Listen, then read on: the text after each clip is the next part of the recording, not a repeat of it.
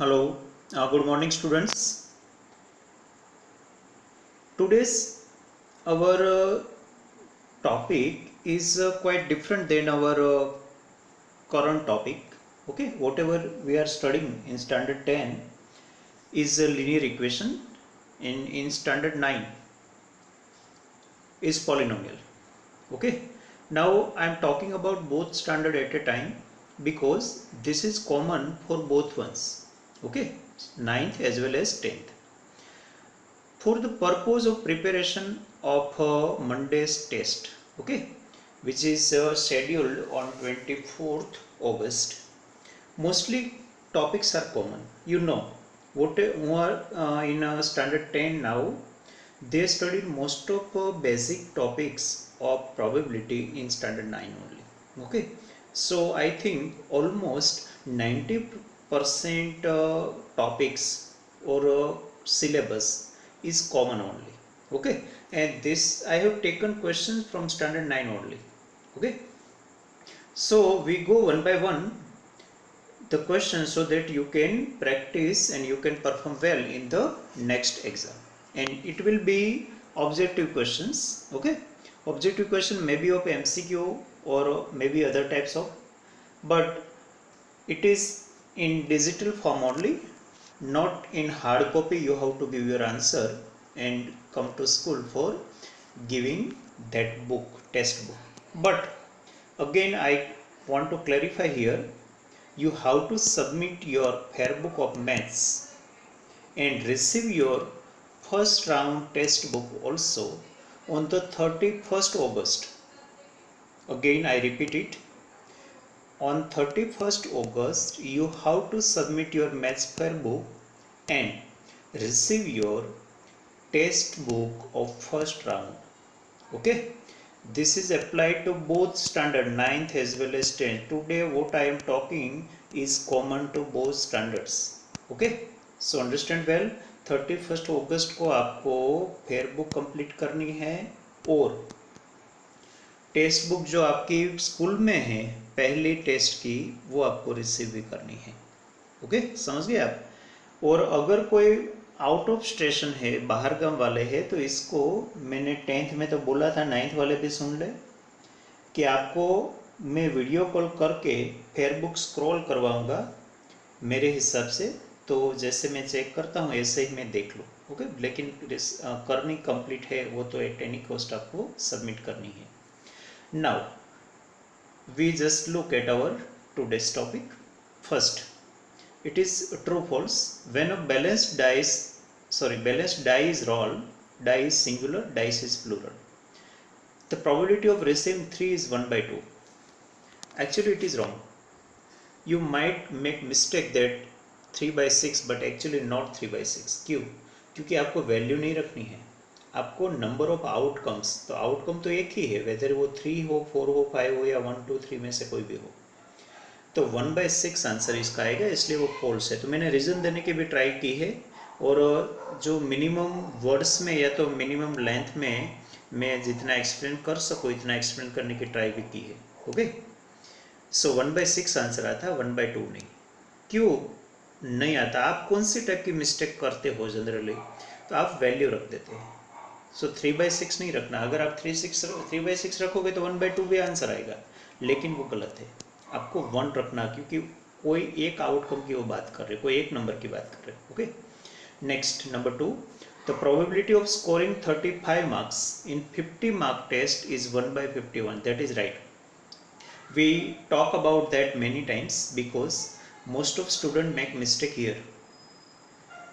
Again they write down 35 in numerator. मैंने first number में बोला था ना, ऐसे यहाँ भी 35 नहीं रखना, 1 रखना। क्यों?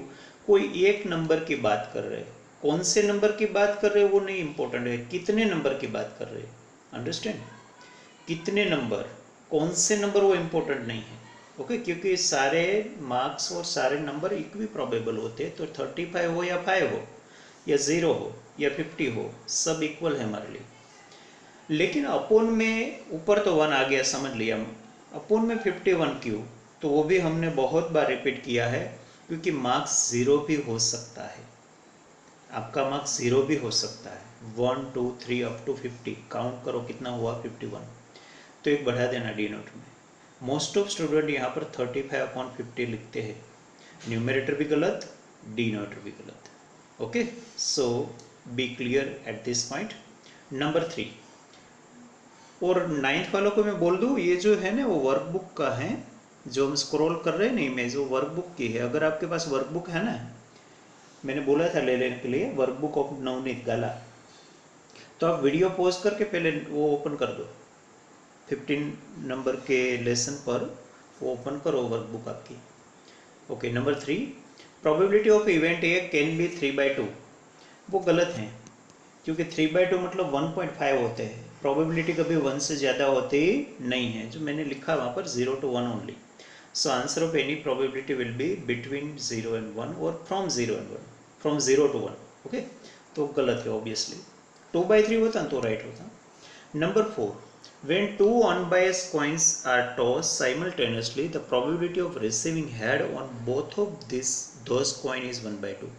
हम 2 कॉइन एट ए टाइम, एक कॉइन की बात नहीं है, 2 coin at a time toss कर रहे हैं, तो दोनों के पर हेड आए, इसकी प्रोबेबिलिटी कितनी। ये 9th वाले के लिए थोड़ा नया है, लेकिन समझने की ट्राई करो, मैंने नहीं करवाया है। अगर आप 2 कॉइन को एक साथ टॉस करो ना, तो टोटल 4 आउटकम्स हैं, n इक्वल टू 4 मिलते हैं। कौन कौन से आउटकम होते हैं, HT TH TT, मतलब दोनों पर हेड, पहले पर हेड दूसरे पर टेल, पहले पर टेल दूसरे पर हेड और दोनों पर टेल। अभी देखो आप, टोटल 4 हुए, और बात किसकी कर रहे हो, HH क्यों, दोनों पर हेड चाहिए। सो आंसर 1/4 होगा। मैंने आंसर सही वहाँ पर नहीं लिखा है, मैं भूल गया हूँ, लेकिन सही आंसर आपको लिखना है तो लिख सकोगे आप, 1/4 इज आंसर। और ये लोगों ने क्या दिया है, 1/2, सो फॉल्स। ओके, तो ये आउटकम आप याद रखोगे। 9th वाले 10th वालों के ने इसका बहुत सारा प्रैक्टिस भी किया है।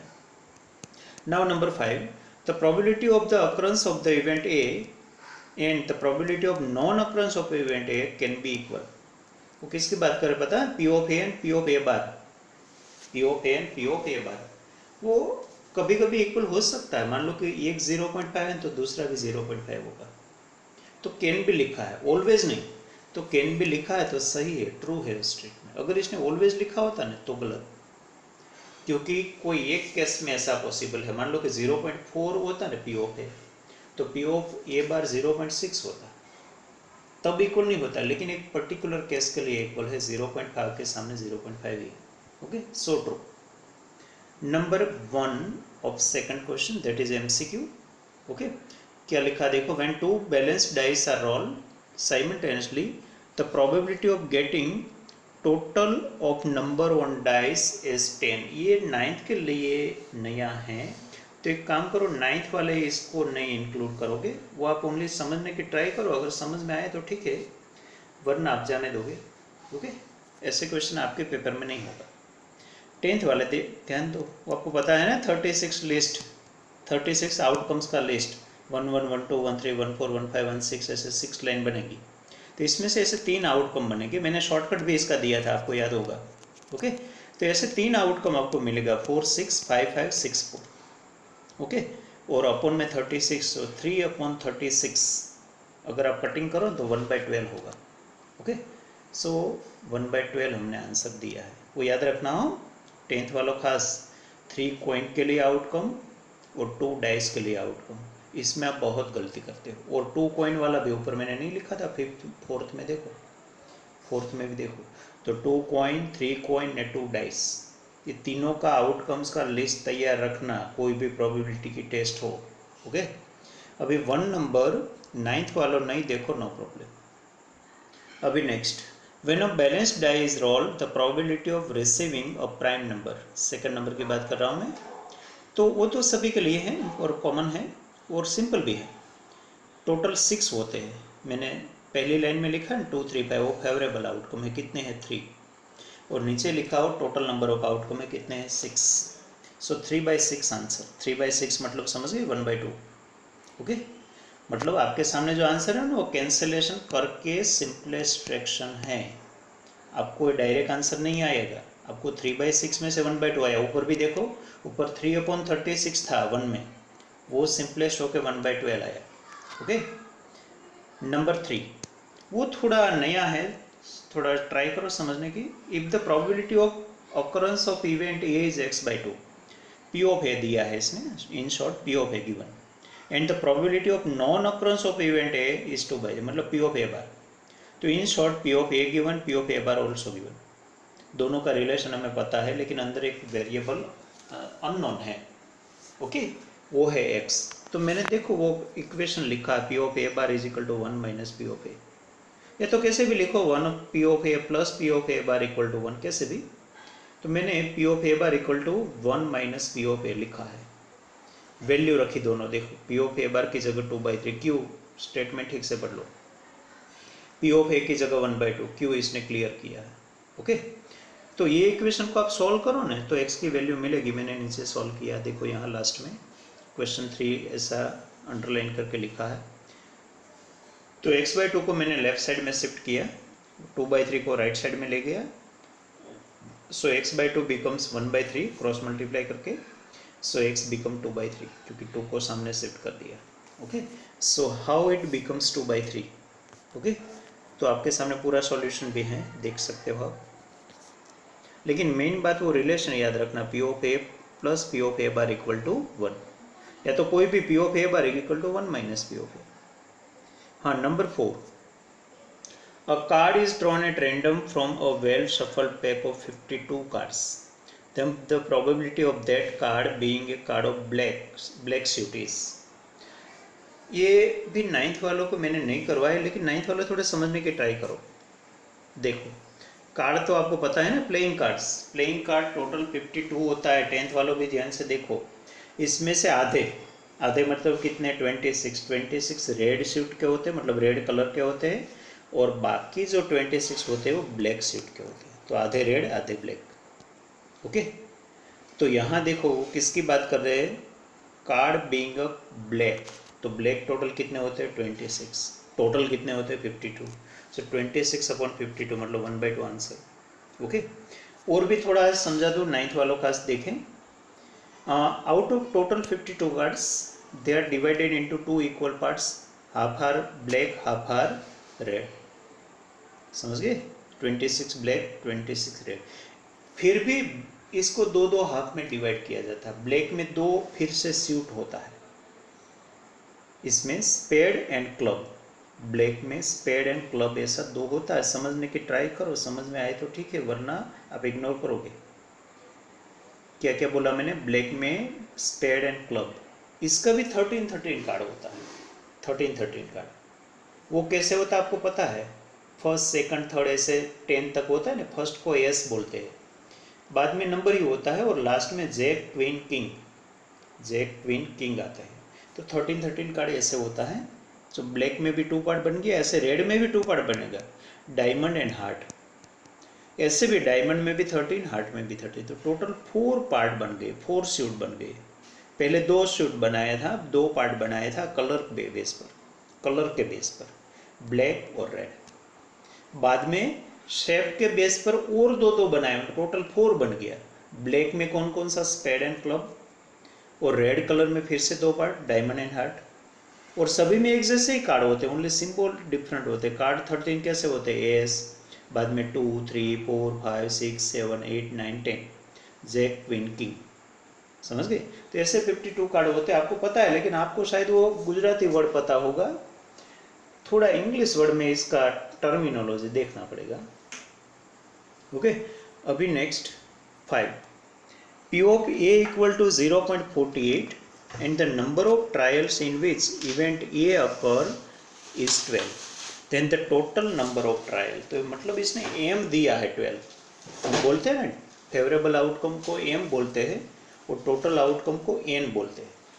तो यहाँ M given N not given, सामने प्रोबेबिलिटी भी है, तो मैंने फॉर्मूला नहीं लिखी है क्योंकि स्पेस नहीं थी ना, तो सीधा P of A equal to M/N, तो P ऑफ A की जगह डायरेक्ट मैंने क्या रख दिया 0.48, M की जगह क्या रखा 12, N को N ही रखा और N को सब्जेक्ट बनाया। और आप खुद सॉल्व करके देख लेना, सारा स्टेप में यहाँ बता सकता नहीं और बताना भी नहीं है, 10th में होना और 9th वाले को भी। Okay, so we got N equal to 25। Number 6, ये भी 9th वाले के लिए नया है, वो भी थोड़ा ट्राई करें समझने की। ओके, मैंने ये तीसरा क्वेश्चन ऐसा बोला है नया है, पहले मैंने बोला था फर्स्ट नंबर। ओके, 2 डाइस वाला, बाद में कार्ड वाला आया था, अभी वो 6 नंबर आया ना, 3 डाइस। अगर आप 3 कॉइन को, सॉरी 3 डाइस नहीं 3 कॉइन, अगर 3 कॉइन को एक साथ टॉस करो ना तो टोटल 8 पॉसिबिलिटी बनती है, 8 टाइप्स के आउटकम आपको मिलता है। वो कैसे बनता है वो देखो, नीचे मैंने लिखा, कैसे लिखा वो भी आपको समझा दूँ। मैंने देखो ऊपर 5 नंबर में, ट्रू फॉल्स में 4 नंबर में देखो HSSTTSTT लिखा है, वो मैंने 2 टाइम्स लिखा है। यहाँ पर देखो, पहला लेटर इग्नोर करो, अभी फर्स्ट लेटर इग्नोर करो, HSSTTSTT, नीचे भी HSSTTSTT, सभी आउटकम का पहला लेटर को इग्नोर करो टेम्पररी। अभी देखो पहले में सारे में H, पहली लाइन में सारे में H, दूसरी लाइन में सारे में T, तो ऐसे 8 आउटकम बनता है। ये भी 9th वाले के लिए ऑप्शन में है, अगर समझ में आता है तो समझो, वरना इग्नोर करो। ओके, सो नंबर 6, टोटल कितने आउटकम हुआ, 8। कैसे हुआ वो आपको तो पूरी प्रैक्टिस है, और 9th में भी आपने किया था। अभी वो किसकी बात कर रहे हैं, when on बायंस coin is toss 3 times, एक को 3 टाइम टॉस करो या 3 को एक साथ टॉस करो, बात सेम ही है। The probability of receiving heads on all the 3 times, तो क्या होगा, HHH, तो एक ही आउटकम है फेवरेबल और टोटल है 8, सो आंसर 1/8। ओके, और साइड में मैंने लिखा ना, तो क्वेश्चन 3 का इनकम्प्लीट सॉल्यूशन है। यहाँ तो जस्ट आप आउटकम देखो, सो 1 फेवरेबल, टोटल 8। ओके, अभी देखते हैं नेक्स्ट। ये फिर से कार्ड वाला आया, card is drawn at random from a well shuffled pack of 52 cards, then the probability of that card being a king. 52 card में से हम कोई भी कार्ड ड्रॉ करते हैं तो किंग होने की प्रोबेबिलिटी, तो किंग कितने होते हैं, किंग 4 होते हैं, सभी में एक एक, क्लब में एक, डायमंड में एक, हार्ट में एक, स्पेड में एक, 4 सीट होते हैं, सभी में एक एक किंग होता है, तो 4/52, कैंसलेशन करो, 1/13 आंसर, वेरी सिंपल। नंबर 8, इसमें तो ओनली टेबल ही समझना है आपको। देखो मार्क्स है, हाउ मेनी स्टूडेंट्स, नीचे देखो टेबल के नीचे, if a student is selected at random, the probability that he or she has scored less than 50 marks, less than 50 मतलब समझ गए, पहले दो क्लास की फ्रीक्वेंसी। सो मैंने 58 प्लस 122 किया, अपन में तो 500 है ही, वो लोगों ने दिया है, देखो ऊपर 500, हमें टोटल करने की ज़रूरत नहीं, वो दिए देते हैं mostly.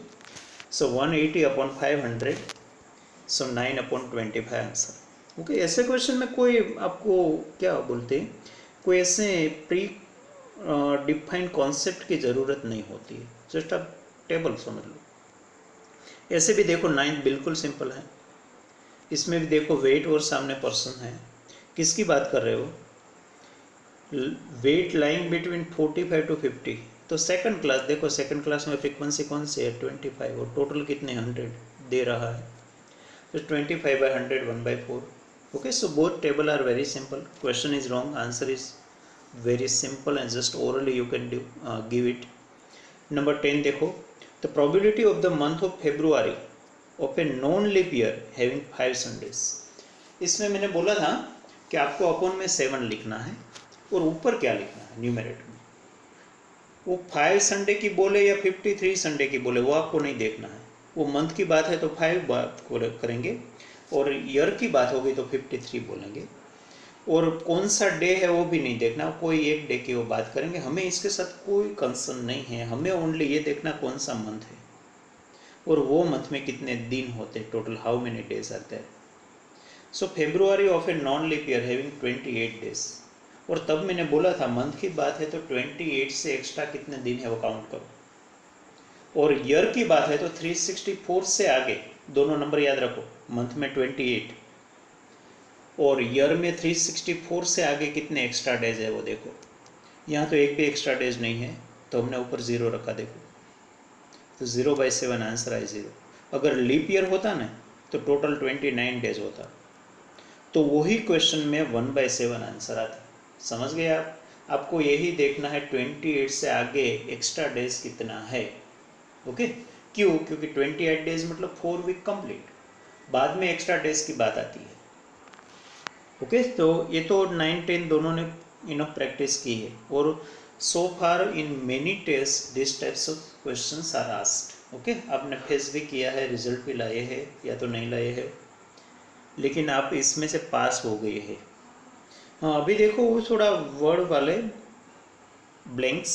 N event for an experiment is the collection of some outcomes of the experiment. हम एक्सपेरिमेंट करते हैं, मान लो कि मैं एक कॉइन को टॉस करूँ तो ये एक्सपेरिमेंट हुआ, मुझे क्या मिलेगा? मुझे दो आउटकम मिलेगा, एक आइदर हेड और टेल, दोनों में से कोई एक मिलेगा, तो इसको आउटकम बोलते हैं। समझ गए आप? So outcome, outcome means result, outcome is the synonym of result. हाँ, next, for event A and B if there is no common trial between them then A and B are called mutually exclusive event. वो word थोड़ा आपके लिए नया है, लेकिन mutually exclusive का मतलब समझो। म्यूचुअल का मतलब तो आपको पता है, एक दूसरे का, और एक्सक्लूसिव का मतलब क्या? Not common, nothing is common there. Okay, तो वही तो बात बोल रहे, देखो, नो कॉमन ट्रायल। कोई ऐसी इवेंट में बोलो कि मैं एक कॉइन को टॉस करूँ, एक इवेंट ए है वो हेड के लिए है, इवेंट बी है वो टेल के लिए है, तो देखो वो दोनों म्यूचुअली एक्सक्लूसिव है, क्योंकि हेड होता तब टेल नहीं होता, टेल होता तब हेड नहीं होता। समझ गए? तो दोनों इवेंट में कोई कॉमन आउटकम होगा नहीं। समझ गए आप? तो इसको म्यूचुअली एक्सक्लूसिव इवेंट। मान लो कि मैं एक डाई की बात करूं, मैं बोलूँ ओड नंबर लाने की एक इवेंट है, ये is the event getting odd number. मैं वन डाई की बात कर रहा हूँ, वन डाई का मतलब समझो ना, 6 नंबर आते हैं, 1 2 3 4 5 6। मैं पहले event A is the event of getting odd number and B is the event of getting even number। ये देखो, ये म्यूचुअली एक्सक्लूसिव है। क्यों? क्योंकि दोनों में कोई कॉमन नहीं। लेकिन अभी मैं दूसरा एग्जांपल दे दूं, मैं बोलूं कि prime number A is the event of getting prime number and B is the event of getting odd number। Okay, तो दोनों में कॉमन है। देखो, ओड में 3 5 है और प्राइम में भी 3 5 है। इससे प्राइम के सामने इवन रखो तो भी कॉमन आएगा, 2 दोनों में आएगा, तो वो दोनों म्यूचुअली एक्सक्लूसिव नहीं है। तो समझ गए आप? म्यूचुअली एक्सक्लूसिव का मतलब क्या है? ऐसे दो इवेंट जिसके कोई कॉमन आउटकम है नहीं। ओके, तो ऐसे इवेंट को म्यूचुअली एक्सक्लूसिव इवेंट बोलते हैं। वो थोड़ा एक्स्ट्रा है, शायद हमारी बुक में कहीं पर वर्ड नहीं है, वो 11 कॉमर्स में ऐसा, 11 या 12 कॉमर्स में ऐसा सब वर्ड्स दिया गया है, स्टैटिस्टिक्स में, साइंस में नहीं हो, कॉमर्स में। Next, the sum of the probability of all mutually exclusive and exhaustive event, और भी नया वर्ड आया एग्जॉस्टिव। तो यहाँ आप ज़्यादा डीप में मत जाओ, म्यूचुअली एक्सक्लूसिव एंड एग्जॉस्टिव का मतलब ऊपर बताया वही। ओके, तो मतलब सारे आउटकम ले लेना है, तो इसकी प्रोबेबिलिटी 1 होती है। 10th में तो ये दिया भी है टेक्स्ट बुक के अंदर, और 9th वाले समझ लो। मान लो कि मैं बोलूँ, कॉइन की बात कर रहा हूँ, हेड एक इवेंट है, गेटिंग टेल दूसरी इवेंट है, दोनों की प्रोबेबिलिटी का सम करो, सम ऑफ प्रोबेबिलिटी 1/2 + 1/2 1 होगा ही। ऐसे में एक डाई की बात करता हूँ, getting 1 probability 1/6। Okay, event getting 2 1/6, getting 3 1/6 1/6, तो 1/6 1/6 6 टाइम ऐड करो, क्या होगा? 1 ही आएगा। और 9th में सारे एग्जाम्पल में वो लोगों ने बताया भी है, सारे इवेंट का सम करके 1 वो लोग लाए भी हैं। ओके, तो किसी के लिए नया नहीं है। हाँ, the probability of an impossible event is 0, वो तो सबको पता ही है ना, इम्पॉसिबल इवेंट इसको ही बोलते हैं जिसकी प्रोबेबिलिटी 0 होता है। Okay, next, the probability of a certain event is 1, वो भी इम्पॉसिबल की तरह है, इम्पॉसिबल की 0 होते हैं, सर्टेन की 1 होती है। तो probability of scoring 51 marks in a 50 marks test, वो तो पॉसिबल ही नहीं है, मतलब इम्पॉसिबल है, तो probability 0। 7, probability of the sun setting in the west 1, क्यों? क्योंकि वो सर्टेन इवेंट है, sun always set in the west. Okay, so 1, लेकिन sun setting in the east बोला होता तो 0। तो थोड़ा कॉमन नॉलेज, मतलब जनरल नॉलेज भी होना चाहिए। The probability of the event that one who take birth dies 1, क्योंकि जिसका बर्थ हुआ है वो डाई होने वाला ही है, ऐसे कोई अमर तो है नहीं। ओके, तो इसकी प्रोबेबिलिटी 1, मतलब वो सर्टेन इवेंट है। 9, for an experiment there are only 2 mutually exclusive and exhaustive events A and B. वो सब लिखेंगे सारा, आप इसमें मत जाओ। Mutually exclusive and exhaustive event है ना, मतलब समझ लेना दोनों का सम 1 है, दोनों की प्रोबेबिलिटी का सम 1 है, ऐसा समझ लो। 2 है या 3 है या 5 है या 10 है, सभी का प्रोबेबिलिटी का सम 1 होता है, ऐसा मान लो। 2 की बात करेंगे तो P ऑफ A 0.48 है, तो P ऑफ B 0.52 हुआ। ओके, क्यों? मैंने 1 में से सब्ट्रैक्ट किया। वो P ऑफ A बार जैसी बात होगी, क्योंकि A एंड B आपस में है क्या? एक्सक्लूसिव। ओके, तो यहाँ भी इसकी तरह ही बात हो गई, हमने P of A bar find करते P ऑफ A में से, ऐसे बिल्कुल। मतलब जब भी आपको म्यूचुअली एक्सक्लूसिव एग्जॉस्टिव की बात आए तो भी 1 में से गिवन को सब्ट्रैक्ट कर दो, 1 में से गिवन प्रोबेबिलिटी को सब्ट्रैक्ट कर दो तो दूसरी वाली प्रोबेबिलिटी मिलेगी। Sum of the probability of event A and not A 1, P of A plus P of A bar 1, हम लिखते हैं बार बार। ये बार नहीं लिखना है तो नॉट ए भी लिख सकते हैं, या तो ए प्राइम भी लिख सकते हैं। ओके, वो सब एक ही है, वो डिफरेंट नहीं है। आप नॉट ए लिखो, ए के ऊपर बार करो, बार मतलब लाइन करो, या तो ए के ऊपर डैश करो। ओके, तो सारे के सारे प्राइम जैसा सिंबल है ना, ऐसा भी कर सकते हो। हाँ, बाद में आया वन वर्ड वन सेंटेंस, मतलब VSQ है। देखो number 1, if the probability of occurrence of event A is 7/30, find the probability of non occurrence of event A. वो भी देख लो, P ऑफ A दिया गया, P ऑफ A बार मांग रहे हैं, तो हम दोनों में से एक है तो दूसरा कैसे लाते पता है आपको। 1 में से सब्ट्रैक्ट करो, तो देखो मैंने 1 में से सब्ट्रैक्ट कर दिया। यहाँ 1 को फ्रैक्शन बना दिया, जैसे ऊपर मैंने नहीं बनाया था, ऊपर 9 में 1.00 करके डेसिमल बनाया था, ऐसे 1/1 रख के फ्रैक्शन बना दिया। बस क्रॉस मल्टीप्लाई किया तो 23/30 आंसर आया। ओके, ऐसा तो सब पता है ना आपको, एडिशन सब्ट्रैक्शन ऑफ फ्रैक्शन है तो आपको क्रॉस मल्टीप्लाई करना पड़ेगा। नंबर 2 वेरी सिंपल, 100 टाइम कोई एक्सपेरिमेंट करते हैं और 3 वॉज रिसीव 18 टाइम्स। हम कोई एक डाई को 100 टाइम्स एक्सपेरिमेंट करते हैं और 3 कितने टाइम आए? 18 टाइम्स। तो इसकी प्रोबेबिलिटी कितनी? ऑब्वियसली 18/100, 0.18। ओके, ऐसे केस में हम डेसिमल में आंसर लाते, अपॉन में 10, 100, 1000, या तो 2 है तो भी। और next, find the probability of the month of February in a leap year. देखो आगे आया था ना, वो नॉन लीप ईयर था तब 28 डेज था, एक्स्ट्रा डे एक भी नहीं था। यहाँ लीप ईयर है, टोटल 29 डेज।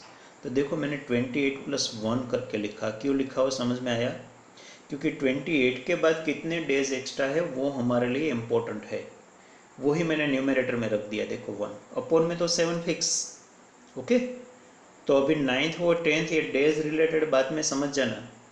28 से आगे कितने एक्स्ट्रा है वो देख लो और न्यूमरेटर में रख दो। Denominator is fix, always 7। और आपको ये पता होना चाहिए, मैंने बोला ना थोड़ा नॉलेज होना चाहिए, कौन से मंथ में कितने डे होते हैं। और फेब्रुआरी में लीप ईयर है तो 29, नॉन लीप ईयर है तो 28, वो सब भी। और से कभी कभी तो आपको लीप ईयर है या नहीं है वो भी आपको डिसाइड करना पड़ता है। मान लो कि मैं बोलो 2020, तो 2020 को आप 4 से डिवाइड करो, अगर डिविजिबल है तो लीप ईयर, वरना नॉन लीप ईयर। ओके, वो भी आपको डिसाइड करना पड़ता है कभी, लेकिन मोस्टली तो ऐसा नहीं आएगा। हाँ, number 4, when a coin is tossed 400 times, head was received 220 times, find the probability of raising head. Very simple. Okay, मैंने वैल्यू रखी 220/400, कटिंग किया 11/20 answer. Number 5, find the probability of the month of September having 5 Sunday. सितंबर में 30 days होते हैं, वो आपको पता होना चाहिए। ओके, 30 मतलब कितने? 28 + 2, तो 2/7 आंसर। ओके, मंथ की बात है तो 28 से आगे कितने डेज एक्स्ट्रा है वो देख लेना है।